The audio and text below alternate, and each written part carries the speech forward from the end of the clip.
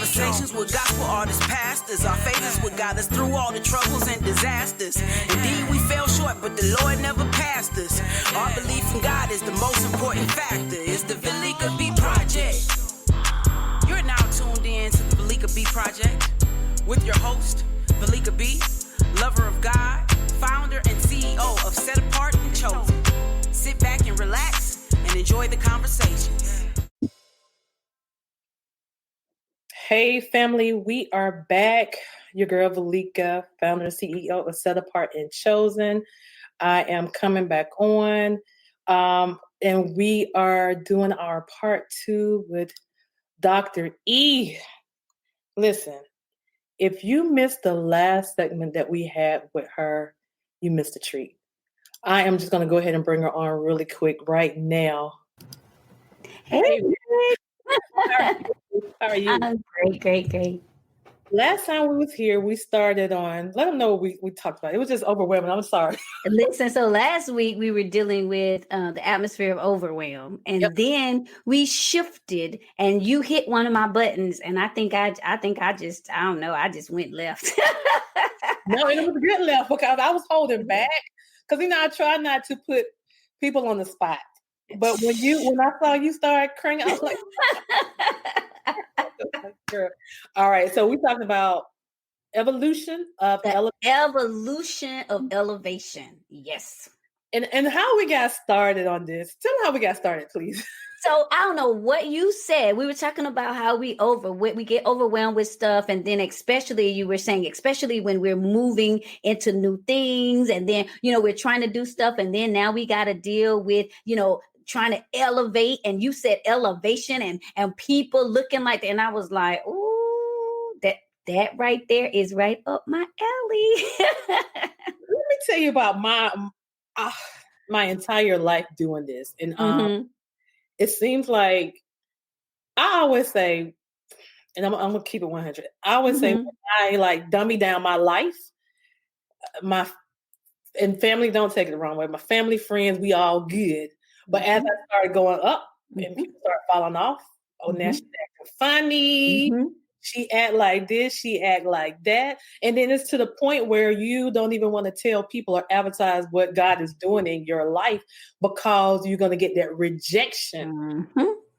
They don't clap for you. And I'm not looking for the claps, but you could tell when you have a conversation with somebody that really may not need to be in your circle anymore. The dryness when you have that conversation with them, God has done A, B, and C. Oh, that's good. Or change the whole subject. So it's almost like it's scary for me to elevate because I'm already scared about finance. And I trust God. Please understand, I trust God. You got to think about the finance going to the next level or how I'm going to do this. But I know that God will supply every one of my needs because he's asking me or pushing me to do this. So I know it'd be good. But then you are afraid of the people that you're going to lose as you go up. They're going to fall off. So I think it's a scary thing for me. So let's touch on that right now. Let's go there. So I was talking about how in church we always like talking about mountaintop experiences and they that wait upon the Lord and they're gonna mount up with wings as evil. That's what shifted me. And I started thinking about this evolution of elevation. Like while they were teaching us about mounting up like eagles and getting to the mountaintop, nobody told us that as you climb a mountain, the air gets just a little bit thinner. Nobody told us that as you climb a mountain, you can't take as much weight as you could when you were at the base. Nobody told us that when you begin to climb the mountain, all of a sudden there's not enough room for everybody in your crew. And so here it is. We decide what we will do is settle for these land experiences, and we will navigate past these experiences that have altitude. And so what we'll do is we'll stay in the valley and we will try to normalize valley experiences and we'll try to justify them. Well, I just want to keep my feet on the ground. I just want to keep it real. The Lord told me one time, he said, stop misrepresenting me. He said, I'm sick of being misrepresented. I don't look like a cash app. I don't look like how you going to pay your rent, all your money spent. You're going to pay your rent because you're going to tap into the power I gave you to get wealth. Like I'm not an overdraft fee. And y'all asking for overflow, but y'all living in overdraft. And he said, stop, I am not a GoFundMe. And I was like, oh, you feeling like this what we doing today? And he literally checked me and said, why is it that we belittle our blessings, but we promote our poverty? Why do we do that? When something go wrong, we'll be like, y'all pray for me. I'm struggling. You know, we all trying to we post about it. We talk about, girl, me too. I don't know when the last time. And then when it's a blessing, oh, girl, that's a child. No, I don't want y'all to think I got it on discount. No, I paid full price for it. No, I didn't. I paid full price for it. And we get in our feelings. I just put a post up the other day. I've been talking about this. You can't want to wear the crown and not carry the cross. And a lot of the times we like the persona of looking like we have it. But at the end of the day, real queens wear crosses. We don't just wear crowns. There is a weight that comes to the weight of success. You want influence and impact and income and all of these things. But then here it is. I believe in church a lot of the times we've made struggling. You got me on my rant. We make struggling look spiritual. And when I think about how we praise struggling and we say things like, you know, God, I'm struggling. I've been straining, but I'm on my way home. And the Lord was like, that ain't pleasing me. That's not blessing me. You know, struggling. I had my share, but I'm still here. Where's the glory in that? And that's no offense to the people, because I know we love our quartet songs. No offense to that. But look at the message that we're perpetuating this proverbial struggle, and we're having the nerve to spiritualize it so that when people start operating in prosperity, we demonize it because we can't discern it. I'm all there now. You hit on a point. That's why I started clapping, because I found myself for many years when somebody say, hey, Veleka, I like your hair, or I like the outfit. And I'm like, oh, I got this, trying to justify because I didn't want them to feel bad. Or I don't know why I was like, oh, I got it on discount, or I got it. But why don't you think it inspires them? Like why is the default? See, I'm going to go ahead and say it. Y'all, I'm a strategist. So, you know, I'm real raw and relevant. I don't think we realize that is because I've been guilty. That is actually a false sense of humility. That's really arrogance. It's really pride. We're really saying what I'm doing is so powerful and impactful that it's going to make somebody feel some kind of way. Can I tell you, it's 3 things that you will never have control over: what people say, what people do, and what people expect for you. But there are 3 things you will always have control of: what you say, what you do, and what you allow. And if we allow ourselves to believe that we have that kind of power to make somebody feel bad. So guess what? I got to the place where I did a switch up mentally, and I started saying, for the few people that's going to be in their feelings about me elevating, there's a whole other group of people that's going to say, finally, somebody doing it unapologetic. Let me put my stuff out there too. And those are the people I'm called to. That's what I'm saying. Listen, God checked me a long time ago on that one. I was like, okay. Yeah, okay. But I was stuck there for a mighty long time. I was so stuck there.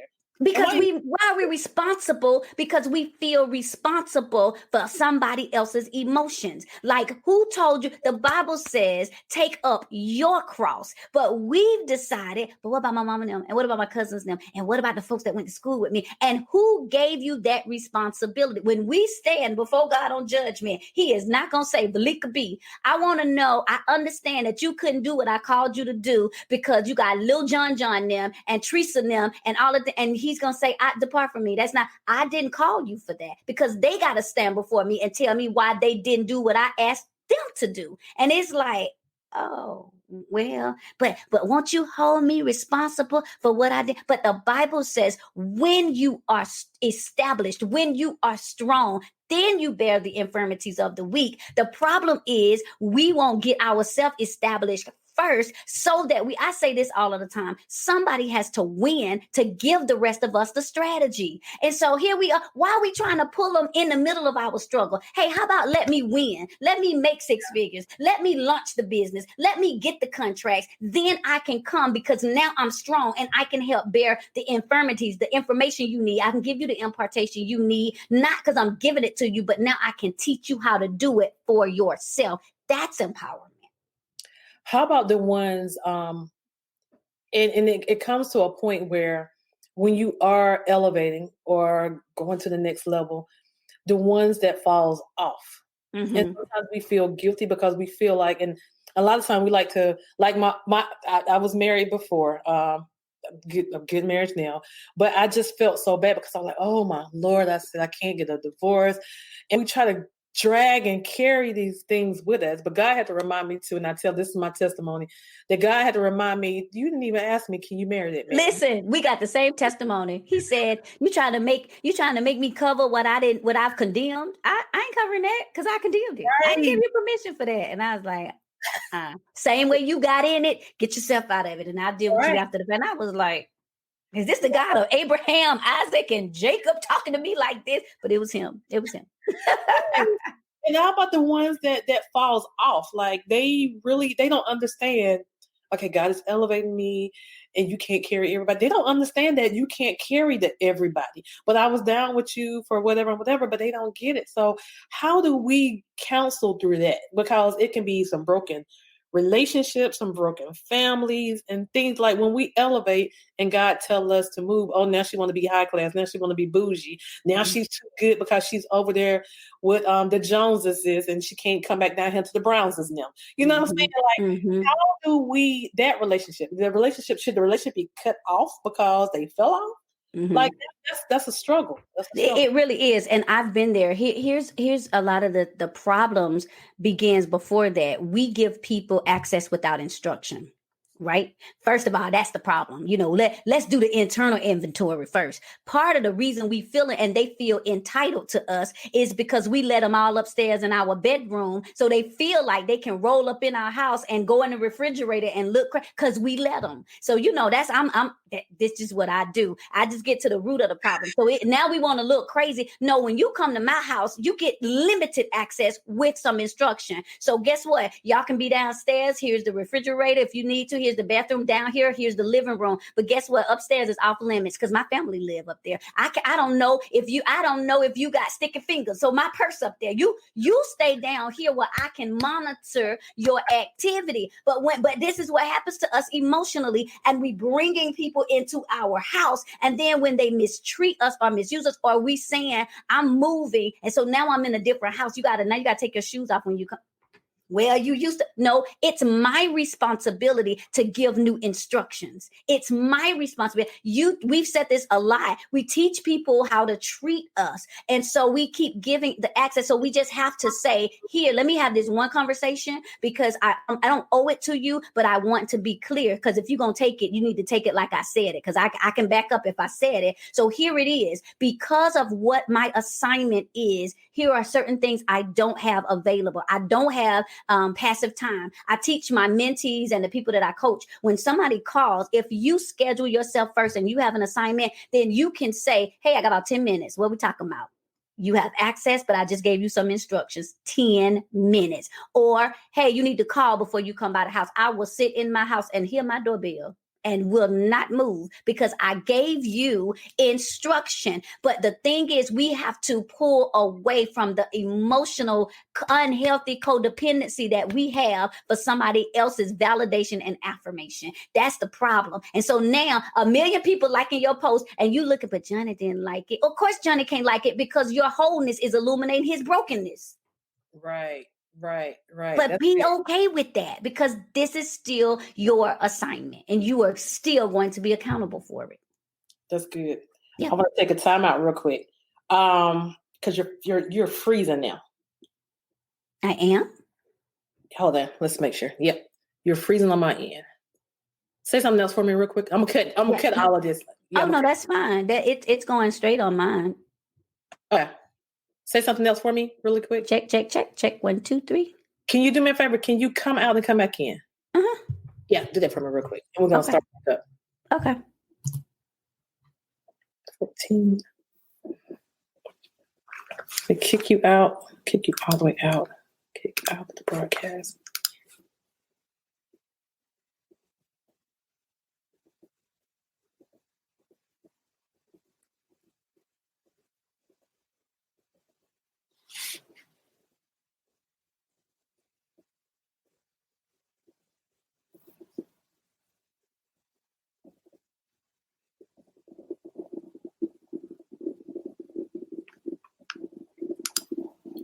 I was interviewing Jonathan Nelson the other day, and I had to get him to go out and come back in. Can you hear me? Mm-hmm. Okay, cool. So now you're good. Recorded in, so I'm not sure what it was. Yeah. Sometimes it does that. But no, now you're good. You're good. Okay. So go ahead and get started. All right, so I guess we can start on another piece too. Okay. So let's roll. So, and so I think what we have to kind of really get to the place is a place of acceptance that, and this had to happen. You said in our last interview that you saw in a small amount of time that it looked like rapid progression. But I'm going to teach this a little later, but I'll go ahead and just drop this mic real quick. God couldn't change my numbers until I changed my nature. So my financial numbers couldn't change. My following couldn't change. My associations didn't level up until my nature changed. And which meant I had to get rid of that self-pleasing nature. I had to get rid of that self-sacrificing nature. I had to get rid of that I need approval nature, that unhealthy code. I need to be needed nature. I'm supposed to be the martyr and carry everybody on my back. When I stood up straight and realized that empowerment is not bending over and putting people on my shoulder, empowerment is elevating so I could lift them to the next place of where they needed to be, then everything else about me started shifting. And you're doing honestly a great, amazing job. You are, like, seriously. But how did that feel emotionally to you? Like, when it's almost like, okay, I got to start saying no. Yep. Or shutting doors. Yep. How did that? Was it kind of hard for you in the beginning though? So in the beginning, I had to process through why I felt responsible for other people. And I had to start affirming that I've paid my debt. If we tell the truth, a lot of the people we feel like that did something for us. And we really think we're trying to pay them back. So I really had to resolve in myself that I'll share this with you because, this is real raw relevant. One of my mentees, I was talking and I was saying, tell me something that you've learned about yourself over this time with me. And she said, so you were teaching me how to say no. And I was carrying people, doing stuff for them when I didn't have the capacity. So I finally looked at somebody that I knew and I said, they asked me to do something. And I said, no, I won't be able to do it. And she said, that person looked back and said, oh, okay, I was wondering, I'm so proud of you. I was wondering when you were going to start saying no. And she said she was so triggered. She said, so you mean to tell me this whole time?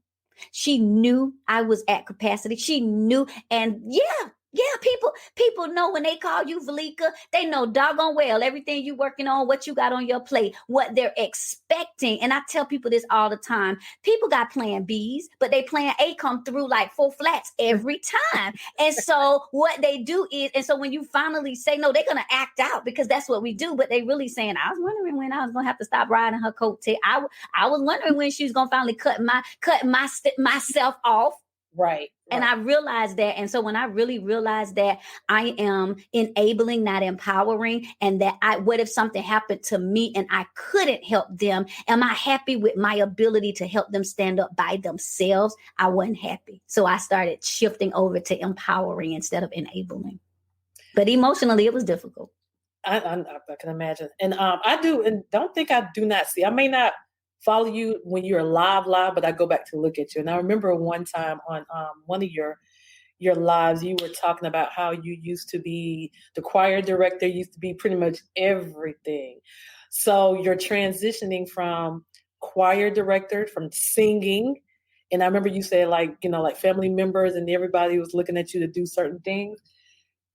I know that's probably was like a transitioning from, because I used to be in the choir at church too. And then I had to do marketing. I'm like, ugh. But I'm just so thankful that I heard from God because I'm able to do what I'm doing today. And it's pretty good. It's amazing. Pretty good.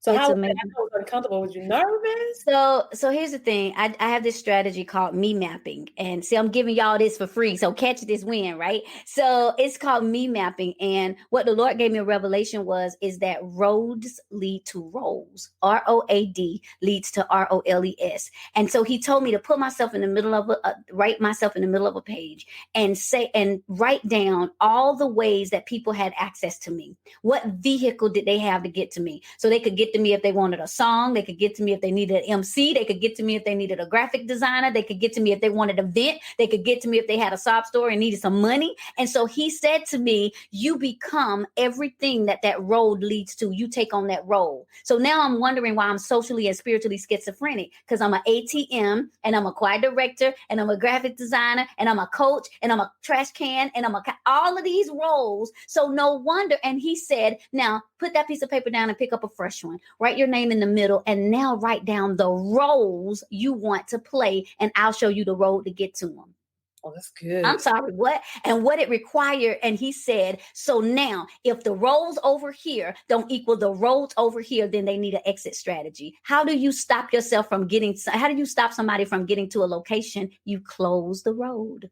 And so I started closing the road. It's people right now that say, you used to sing and we loved your singing. Why don't you sing anymore? When I start transitioning to speaker strategist, I had to stop singing because I closed the road. So for months, people would still call and say, hey, can you be on our program and sing? No. But what if no, because you're never going to take me serious as what I'm doing now if I keep the role. Can you design a quick graphic? No, because I'm a strategist and you're going to be paying me graphic designer money when I got these 6-figure strategies. No. And I closed the road and the roles started shifting. That's good. That's real good. That's good. It's good. Real good. Oh no, that's good. That's good stuff. So tell them about the your institute, because we really haven't touched on it. We got like a couple, about 8 more minutes. Let's talk about your institute and like what do you do and how do you empower women and all the things that you have going on as Dr. E. So it's funny, as we're talking about this evolution of elevation, this is something so powerful. The Lord convicted me to see myself higher. And I kind of want to drop that too. I didn't see myself higher. So there was no way that I could think that I could provide a service to people that would help them be equipped, that would help them elevate, because I didn't see myself high enough. And one day, like you mentioned, I was doing Mic Drop Monday and I have been doing it for 3 years and I've been making impact. And somebody said to me, you realize that you sound like my therapist, my coach, my counselor, like you're giving us strategy. Do you know you're doing that free strategy every single week? And I was like, what? Strategy? Because I'm so used to doing it that I said, wait a minute, these same things, these principles that I'm teaching, I can shift them over into courses and assessments and show results and show people the road to the result. And so I began to find what areas that flow from me according to the roles I want to play was going to help people. And so as a prophet, I said, you know what? I want people to get prophetic training. A lot of people don't in spiritual development are not able to teach in the realm of the prophetic and teach and do courses of training. So I started doing trainings and I took those trainings and shift them into courses for prophetic development. A lot of people, I'm a speaker. I've been speaking forever. I've developed a strategy for speaking to help people get their thoughts, get clarity about presentation. And so I did a speaking course and I was like, that's professional development. And then I did this whole course one time called It's a Jungle Out There, how to identify the lizards, the leeches, the snakes, and like everything, and literally broke it down how to go through your life and see and I said, that's personal development. So I made these categories and I said, all of this is to help position you to prosper in your purpose. And this is the miracle about it. It's how we know God is faithful. I went from the roles that I was playing, all these different things I was being, and no offense to the people, but y'all know church folk, we don't like paying no money for nothing. Right. And I can't pay you, but I can feed you. No, I can feed myself, sir. Right. I need y'all to pay me. Right. And so I went from having all of these different roles that I was playing, and in like a 5-month period of just putting the institute together, I started seeing, I think we've enrolled over 2,000 people into the institute. It started hitting 6 figures consistently. And I'm like, wait, I'm doing all that and then getting this. And then I change the role, got established, structure myself, and now you're bringing it here. Oh, so roads do become roles. It's just depending on what road you want to take and what role you want to make. And so that's the institute, and that's what literally became the jump off. And so, and I'm shifting even more. I'm getting ready to do a online community for women, and so it's just a whole lot of stuff that's popping out from that I'm just so excited about. But too, also with that being said, too, you mentioned like you did it for like 3 years before. Mm-hmm. You built up a trusting relationship. Yes. And that's important. You built up a community. So it's not like you were Dr. E. Where did she come from? No, Dr. E was teaching us years ago. Yeah. Consistently. She have shown who she was, and we see what she does. We value what she does. And I want to support that. I appreciate it. Yeah, because that's one of the things that you have learned how to do, and you lead by example, is you found a formula for cultivating community conversations. Like you literally found the formula. And I think that's the part where we don't recognize that when you combine our experience, our expertise, and our education, that's invaluable. And it's not even the Veleka B show. It's not even set apart and chosen. What you're doing, the service that you are creating is, I found the strategy to cultivate community. And that's the thing that catapults us into our currency, into our next level. It's that. And we can't pay for that. I always tell people, you can't pay me what I'm worth, but you can invest into what I'm willing to teach you. And that's the thing that you have that I believe is so invaluable, and that I'm just so mystified by. That's amazing. She's found a secret sauce. and that's amazing. I wasn't even trying like, and I know your mind and your brain spins just like mine. And like me, I'm just sitting around like, Lord, okay, dealing with gospel artists, and I'm seeing what is not. I try to say, God, how can I be the solutionist? How can I find a solution to a problem? How can I be this one stop that everybody can just come to? Like me and my app developer, we're building a virtual center, like a virtual center that people can walk into this computer. They can open this door. It's going to take them to one lane. They can have a concert here. They can have conferences here. That's amazing. Because at the end of the day, we will get back into the church. We will get back into the four walls, but it will not be the same.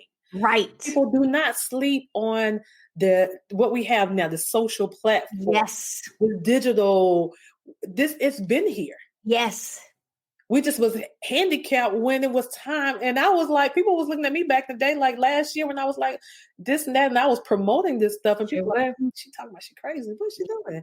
And I was like, that right there is it. Yes. Yeah. So I am so excited about this building. Like you ought to see I have on my computer right now. I got there and that one. I'm doing all the research and trying to pinpoint this thing, because I want to be the big BETs, or I want to be the big. I'm not going to even be them. I'm going to be bigger than them. Yes, absolutely, and it's necessary. Mm-hmm.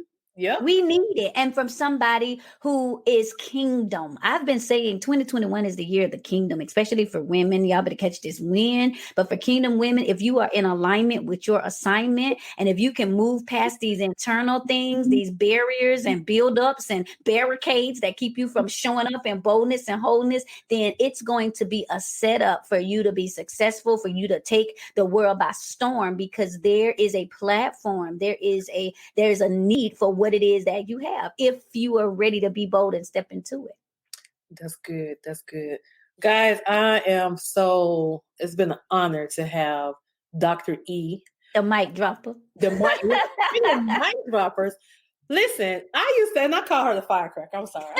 The firecracker. Because I never forget when we came to your conference, I was a vendor there. And I was out there, I was sitting I was really going through a hard time that weekend. Like I didn't even want to get out of bed, but I was like, I'm going to force myself to go. And all of a sudden, when I was on the other side of the wall, I was like, who is that in there? And it was you. And I was like, not the little lady that just came in here. She is a firecracker.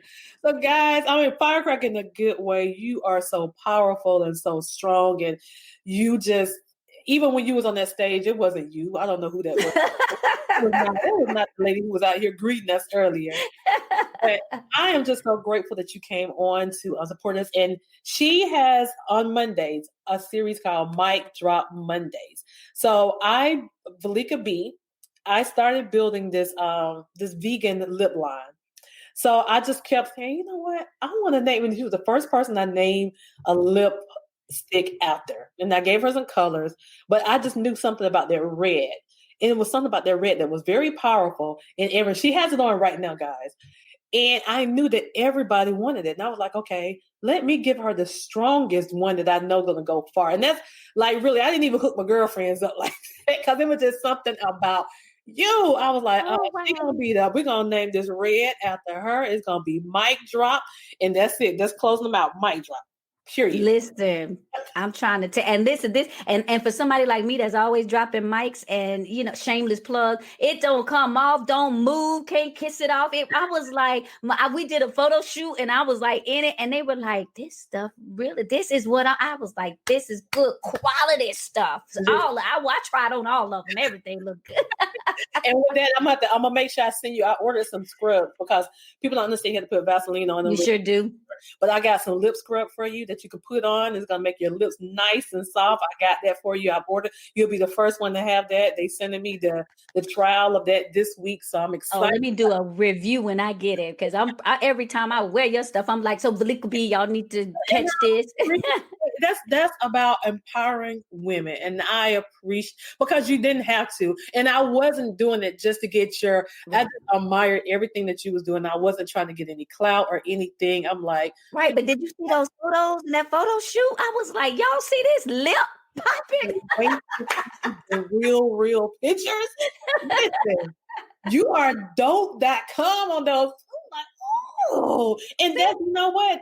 Stepping out of that traditional, how we think women in ministry with the 2-piece suit on. Come on. I'm sorry, nothing against that. Y'all. Nothing against it, but I'm just not that. You can't just confine me to that. And this is who I am. So y'all gonna get these pinstripe with this blue and this purple and these lips. Like, this what I got. When you had that little Mary J pose, I was like, oh. Like you're killing the game. You're killing it. And I appreciate it. So guys, thank you so much for tuning in with us. Please, Dr. E, let them know how they can follow you really quick before we drop out. All right, y'all. I'm everywhere. Alisa Lachelle, Facebook, YouTube, Instagram, Periscope, LinkedIn. I would love to connect. So find me at lisalachelle.com, purposepositioning.com. Thank you guys so much for following the Veleka B Project. It was an honor and a privilege to have Dr. E on here today with us. And I appreciate you, Miss Lady. And we are out, community. We will see you next week. God bless you.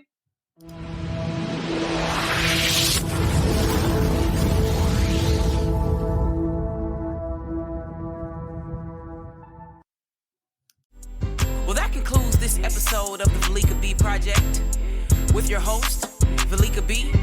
Until next time we meet, be blessed. The Veleka B Project.